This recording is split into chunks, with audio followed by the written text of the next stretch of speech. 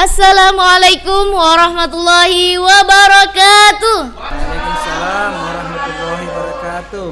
Selamat datang di MD Talk episode pertama dengan saya Mardia Aminah sebagai pembawa acara pada hari ini.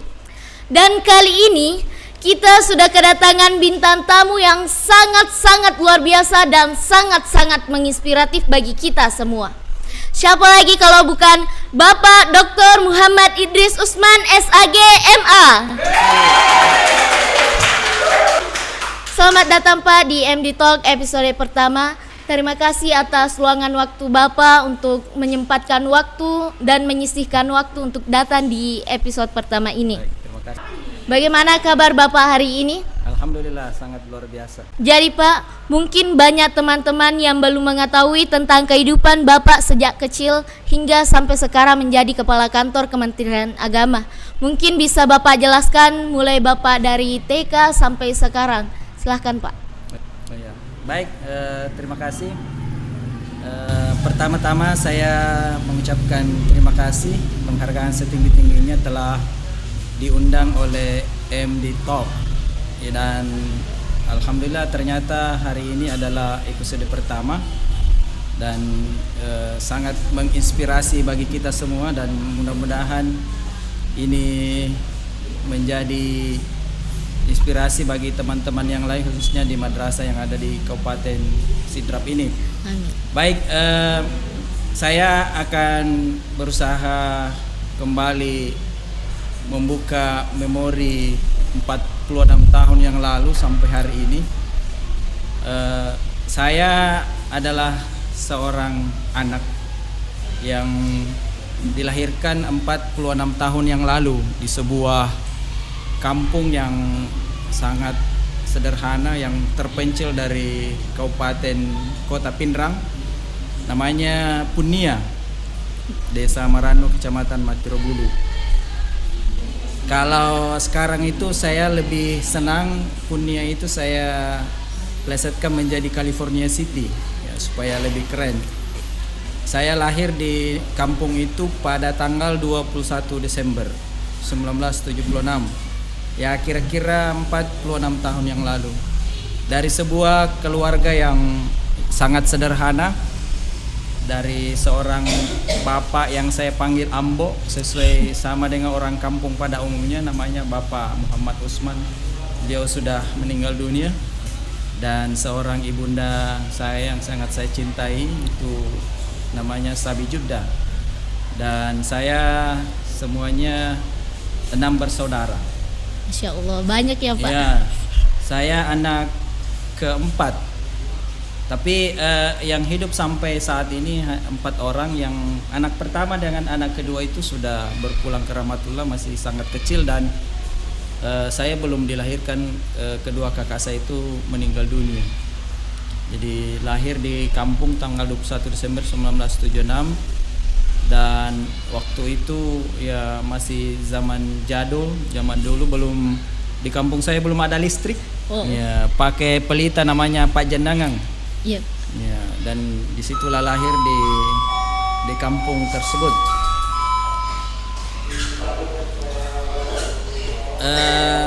Kemudian ya mungkin masa kecil saya ya hampir samalah dengan anak-anak kampung yang lain pada masa tahun 70-an ya. Dulu tidak seperti sekarang, seperti Ananda ini sudah banyak arena permainan, orang bisa beli mobil-mobilan dan seterusnya.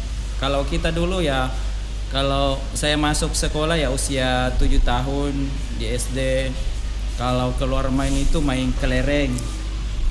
Ada namanya Mas Santo. Mas Santo. Ya, mungkin tidak kenal lagi kan main batu. Kalau perempuannya, cewek-ceweknya main tali ya, atau main kasti dan seterusnya. Tapi seingat saya kampung saya itu sangat terpencil. Jadi kalau kita mau ke kota Pindrang khususnya, itu harus menempuh perjalanan kurang lebih 3 kilo dari kampung saya jalan kaki. Baru naik di kampung yang namanya daerah Padakalawa itu, baru di situ tunggu mobil kalau kita mau ke kota Pindrang. Sangat-sangat jauh ya Pak. Iya. Di kampung saya itu area pertanian, kemudian area ke area apa namanya, area kelapa hibrida. Dan sampai hari ini saya kira Punia itu termasuk penyuplai beras di Kabupaten Pindrang, sama dengan Sidrap yang dijuluki kota beras. Ya. Terima kasih. Mungkin teman-teman menanyakan tentang apakah Bapak pernah melakukan kenakalan remaja pada saat ini, misalnya adalah bully ataupun bolos. Silakan Pak. Ya, menurut saya, seingat saya termasuk ya dianggap santri atau siswa yang paling patuh. Ya, saya alhamdulillah masuk SD, namanya SD 85 Punia Pindrang, itu sudah tidak ada sekarang. Karena sudah di merger dengan SD yang di sebelah SD saya itu, namanya SD 211. SD 85 Punia itu sekarang bertransformasi menjadi Madrasah Ibtidaiyah DDI Punia yang digunakan gedungnya untuk sekolah bagi anak-anak di kampung saya. Kemudian sore hari saya waktu kelas 3 SD dimasukkan oleh orang tua saya di Madrasah Diniyah Awaliyah DDI. Jadi jam 2 setelah pulang dari sekolah di SD 85, jam 2-nya itu masuk lagi di MDA sampai jam 5. Jadi saya tidak terlalu banyak menikmati masa kecil maksud saya untuk bermain, karena lebih banyak waktu kami itu digunakan untuk belajar. Dan menurut saya pelajaran yang saya dapatkan di SD, di MDA DDI itu kemudian yang berbekas sampai hari ini, karena di situ kita disuruh menghafal surah-surah pendek, termasuk juga bacaan-bacaan salat sampai hari ini yang saya ingat itu. Kemudian setelah tamat SD saya lanjut di pondok pesantren, tepatnya di pondok pesantren Manahilil Ulum Adaria DDI Kabalangan selama 6 tahun. Dan seingat saya tidak pernah bolos. Ya, alhamdulillah. Karena memang didikan orang tua yang sangat, dalam tanda kutip, yang sangat disiplin dari bapak saya terutama. Itu dulu ya, saya tidak tahu perkembangan sekarang. Anak-anak zaman dulu itu kalau bolos kemudian dihukum sama gurunya lalu melapor sama orang tuanya, itu orang tuanya langsung tambah hukumannya. Nah, ini saya tidak tahu sekarang berbeda kayaknya, tapi itu yang saya alami. Dan alhamdulillah memang saya dianggap murid yang paling patuh lah. Dan alhamdulillah saya selama sekolah kayaknya tidak pernah ranking 2, karena selalu ranking 1. Alhamdulillah. Iya. Sangat-sangat luar biasa Pak untuk peringkatnya. Menurut Bapak, perbedaan santri yang dulu dengan santri yang sekarang apa sih? Iya, secara substansi sebenarnya perbedaan santri jadul dengan zaman milenial ini sebenarnya secara substantif tidak terlalu berbeda. Artinya muatan-muatan pendidikan yang diberikan oleh guru kita hari ini dengan waktu saya sekolah itu sama. Cuma mungkin ada sedikit menurut saya yang agak bergeser. Kalau khususnya di pesantren ya, termasuk di madrasah yang dipondokkan, yang boarding school itu, salah satu manfaat yang saya rasakan adalah tentu adalah persaudaraan, ukhuwah. Karena kita di pesantren tinggal dalam satu area yang sama, kemudian berasal dari daerah yang berbeda, bahkan berasal dari suku yang berbeda. Teman saya ada dari daerah Sumatera, bahkan ada dari Flores. Bahkan saya bertetangga dengan teman saya dari Flores. Saya masih ingat salah seorang itu namanya Abu Bakar. Ya, dan uniknya itu dia pakai sisir itu bukan pakai sisir yang kita pakai, yang kita beli. Pada umumnya. Iya, pada umumnya sisirnya itu terbuat dari bambu. Dan kalau dia sembunyi rokok di rambutnya itu tidak kelihatan. Nah, ini jadi yang berbeda itu tadi persatuan, kemudian kemandirian dan kesederhanaan. Yang sangat mungkin agak berbeda karena termasuk anak saya yang pertama itu tamat di pesantren, Itu anak-anak sekarang rata-rata ya pada umumnya itu sudah sistem catering, dimasakkan, kemudian ada apa namanya itu laundry, mereka cukup setelah pakai pakaian sudah kotor itu dibawa ke laundry. Atau masih saya ingat dulu anak saya kalau setiap minggu ibunya itu pergi ke pesantren, pungut ambil pakaian-pakaian kotornya dikasih kembali untuk dicuci baru dikembali. Kalau saya dulu tidak. Pokoknya kita betul-betul dalam tanda kutip dibuang. Ya, pokoknya yang saya sering cerita itu kesederhanaan itu kita diajar masak sendiri. Itu masih pakai kayu, bukan pakai kompor. Cuci baju sendiri, pakaian sendiri, tidak pakai apa itu? Yang pakai kalau cuci pakaian. Ya, pokoknya manual dan seterusnya, dan itu membekas sampai hari ini ya. Saya sering katakan saya ini sudah jadi kepala kantor, tapi sampai hari ini saya masih cuci baju sendiri karena justru saya tidak merasa enjoy, tidak merasa enak kalau saya tidak mencuci pakaian setiap pagi. Dan tadi pagi itu saya masih sempat cuci pakaian baru ke sini. Jadi itu menurut saya hal-hal yang sangat sederhana, sehingga kemudian anak-anak santri dulu itu tadi yang prototipe seperti saya ini mandiri, kemudian insya Allah sikap hidupnya sederhana. Itu mungkin yang agak berbeda, tapi mungkin dari segi pendidikannya sama sih. Oh iya Pak. Mungkin Bapak sedang haus atau bagaimana, kami sudah menyiapkan minuman untuk Bapak. Silahkan masuk Carmila Sari.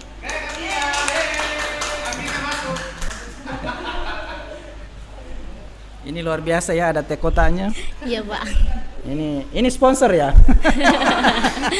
Ya mudah-mudahan dilihat oleh yang punya perusahaan ini. Amin. Di endorse ya. Le mineral, ada manis-manisnya. Silakan diminum Pak. Ya, terima kasih. Silakan Pak. Diminum dulu ya. Iya.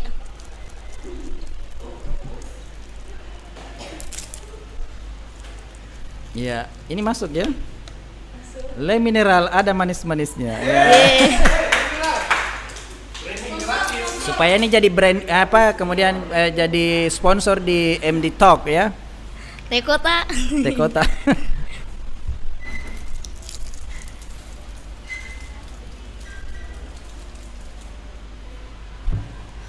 Oke, lanjut Pak. Ya, silakan. Apa sih arti seorang guru bagi Bapak? Ya, saya kira guru adalah orang tua kita sebenarnya. Karena menurut yang saya pahami, orang tua itu ada dua. Orang tua biologis itu adalah kedua orang tua kita. Yang saya bilang itu, yang saya panggil Indo Ambo. Kemudian orang tua yang kedua yang tidak kalah penting peranannya dalam kehidupan kita itu adalah guru, yang kalau di pesantren atau di madrasah kita sebut dengan ustazah. Beliau adalah guru ideologis kita, beliau yang mengajar kita, beliau yang mendidik kita. Dan saya kira ada dua yang ini orang tua yang tidak pernah jadi mantan, ya kan? Kita tidak pernah mantan orang tua atau mantan guru, nggak boleh itu. Kalau saya misalnya sekarang ini sudah jadi kepala kantor, begitu ketemu dengan guru saya mulai dari TK, kemudian RA, kemudian di SD, SMP sampai di perguruan tinggi itu, kalau saya ketemu dengan beliau, saya selalu salam jabat tangan, kemudian mencium tangan beliau, karena kita sebagai anak santri khususnya yang belajar di DDI itu punya takzim, punya cara menghormati guru tersebut. Salah satunya adalah mencium tangannya, dan saya kira itu adalah penghormatan dan penghargaan kita kepada seorang guru. Jadi apalagi ada lagunya Andre Guruta Allahu Yarham, Ki Haji Abdurrahman Ambodalle, aja lalo ki nengka malupai guruta iya mi nasabari nari lolongang decengi. Ya, saya kira itu. Ada lagi? Ya, begini Pak, bagaimana pandangan Bapak tentang madrasah ke depannya? Oh ya, Yang pertama, saya ingin mengatakan dan selalu saya katakan itu, dimanapun saya berada, termasuk hari ini saya kemana-mana penamatan, dan saya katakan tanpa ingin merendahkan atau melecehkan lembaga pendidikan yang lain. Kita sebagai orang yang memang berkecimpung di madrasah itu harus bangga dengan madrasah itu sendiri. Pertama, saya mengatakan ini saya anak yang lahir dari madrasah, dari pondok pesantren. Dari mulai SD itu saya tadi di SD tapi sekolah sorenya di MDA. Itu kan madrasah. Bahkan saya punya 3 ijazah waktu SD 85, ijazah MDA, kemudian ijazah Ibtidaiyah Negeri di Pinrang. Kemudian masuk di pesantren, itu pesantren yang ada madrasahnya. Masuk S1, S2, S3 juga di perguruan tinggi keislaman yang tidak secara langsung itu berasal dari madrasah. Jadi saya bilang bahwa kita harus punya kebanggaan tersendiri sekolah di madrasah. Kita tidak boleh ditanya di mana sekolah. Itu kan beda kan konotasi intonasinya. Kalau di mana kita sekolah, bilang di madrasah ji, di ma'had ji. Harus bangga di mana sekolah. Saya sekolah di pesantren DDI Kabalangan. Saya sekolah di MA DDI Mahad yang ada podcastnya. Satu-satunya mungkin yang ada di Sidrap ini. Itu harus bangga. Nah, kebanggaan itu kemudian tidak hanya untuk diri kita sendiri. Saya alhamdulillah sudah sudah menjadi santri madrasah, menjadi guru di madrasah sampai hari ini, sekalipun saya sudah menjadi kepala kantor. Dan saya juga anak-anak saya yang 4 orang itu wajib hukumnya harus sekolah di madrasah, tanpa memandang madrasah itu di pinggir atau di mana saja, tetaplah madrasah. Kemudian saya juga memilih jodoh loh, itu dari madrasah. Saya alumni pesantren DDI Kabalangan, istri saya santriwati pondok pesantren DDI Ujolara. Jadi klub. Dan hari ini saya mengkampanyekan madrasah. Tadi sekali lagi tanpa mau merendahkan ya atau menganggap sekolah lain, tapi itulah kebanggaan saya. Dan saya berharap juga teman-teman khususnya yang mengajar di madrasah, ya kalau Anda bangga menjadi guru madrasah, sekolahkan anak jadi madrasah. Seperti itu menurut saya. Ya. Untuk pertanyaan terakhir kali ini, Pak. Ya. Pendapat Bapak tentang podcast MD Talk ini apa sih? Apakah sangat luar biasa atau biasa saja? Saya kira berangkat dari saya dari kantor ke sini dan ternyata ini adalah podcast edisi pertama di MD Talk, Madrasah Aliyah Mahad DDI Pangkajene ini. Kalau saya mau kasih jempol ya 20 jempol kaki dan tangan saya kasih jempol. Yang pertama, kenapa MD Talk ini adalah mungkin yang di lingkungan Kementerian Agama, Pak Abdalya. Yang pertama, kami di kantor sebenarnya sejak saya masuk di kantor Sidrap ini 2 tahun lebih yang lalu, karena saya waktu di Parepare itu adalah seorang kontributor dan pernah mendapat penghargaan kontributor terbaik di Parepare. Itu kemudian semangat saya untuk itu, saya langsung ajak teman-teman. Tapi sebenarnya sudah dirintis, cuma sampai hari ini belum pernah dimulai. Dan Masya Allah luar biasanya MD Talk pertama di madrasah se-Kabupaten Sidrap ini dimulai dari Mahad DDI, Madrasah Aliyah DDI Pangkajene.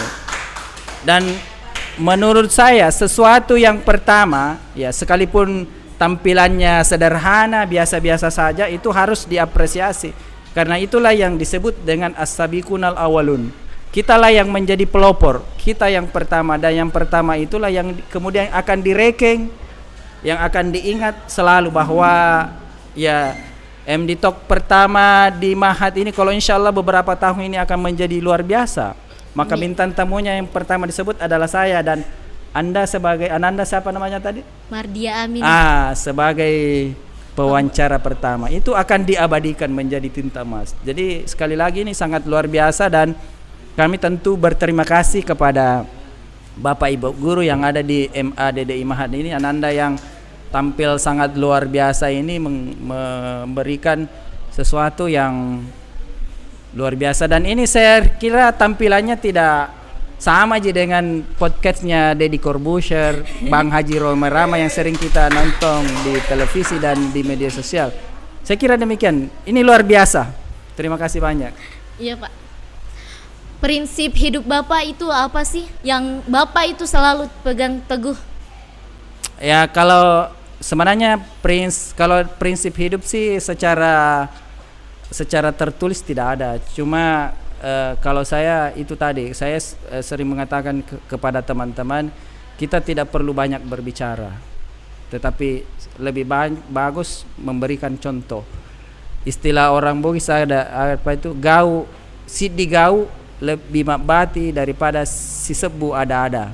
Itulah yang kita coba di kantor Kementerian Agama ini, bahwa memberikan contoh itu memberi teladan seperti Rasulullah SAW menjadi uswatun hasanah, maka kita juga umatnya harus seperti itu. Contoh yang paling sederhana di kita hari ini saya mencoba dan alhamdulillah sudah berhasil itu terkait dengan kedisiplinan waktu.